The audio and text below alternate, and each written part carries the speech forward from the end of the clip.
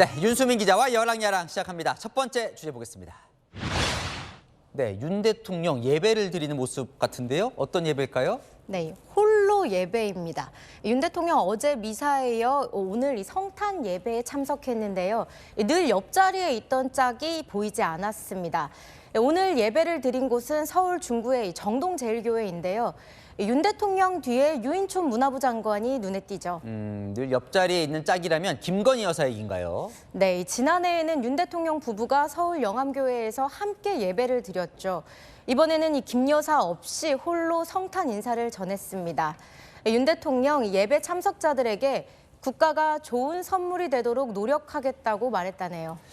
자, 이 최근에 김건희 여사 모습을 좀 보기가 어려운 것 같습니다. 네, 김 여사 열흘째 안 보이고 있는데요. 지난 15일 네덜란드 국빈 방문 일정 마치고 귀국한 이후 공개 일정을 하지 않고 있습니다. 지난해 12월 김 여사의 공개 일정만 총 18건이었던 것에 비해 대폭 줄어들었죠. 대통령실은 뚜렷한 이유를 밝히지 않고 있지만 아무래도 이번 주 통과 가능성이 큰 김 여사 특검법을 염두에 둔 거라는 해석이 많습니다. 네, 다음 주제 보겠습니다. 이원욱 의원인데 이재명 대표에게 한 말이에요. 무건 수행 마치고. 네, 비명계 이원욱 의원이 이재명 대표에게 무건 수행 마치고 진짜 정치로 나오라고 했습니다. 오늘 SNS에서 이 대표의 무건 수행이 길어지고 있다며 당의 활로에 대해 들어본 적 없다고 지적한 겁니다. 당 통합을 위한 구체적인 실천을 촉구하면서요. 근데 이재명 대표가 진짜 무건 수행하고 있어요? 말은 하던데요? 네, 이 대표 한 달 가까이 예민한 현안, 특히 당내 사안에 대해서 말을 아끼고 있습니다. 이상민 의원 탈당에 대해서 이동하시면서 저희 뒤에 조심하세요. 입장 안 내요? 박근혜 전 대표 관련해서 따로 입장 내실 계획 있으신가요?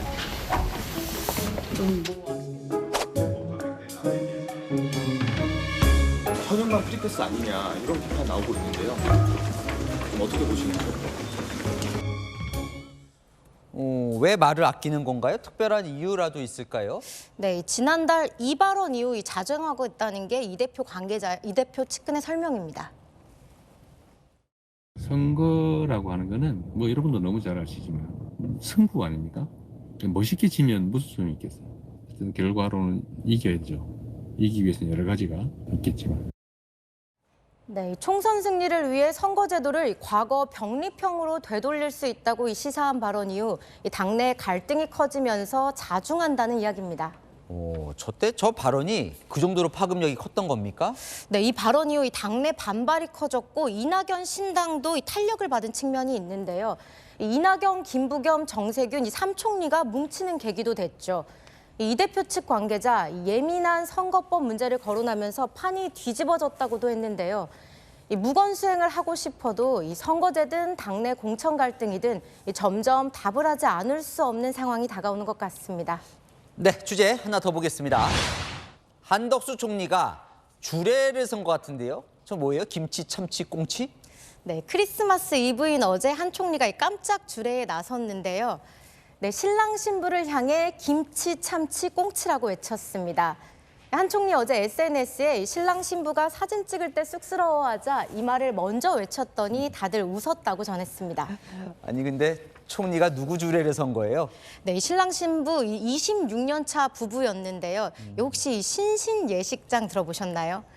사진사 고 백낙삼 대표가 형편이 어려운 이웃들에게 사진값만 받고 55년 동안 무료 예식을 선물해 준 곳이죠.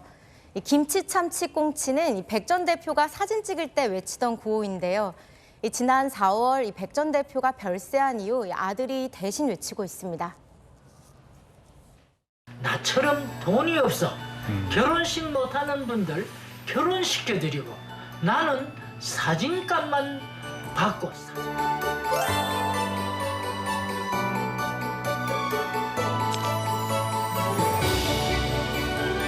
김치, 참치, 멸치.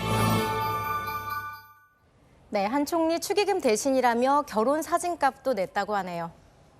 아들은 꽁치 대신 멸치를 외치네요. 네, 특별한 예식이 됐겠어요. 네, 연말 맞아서 오늘은 한 총리의 이 주례사로 마무리하고 싶은데요.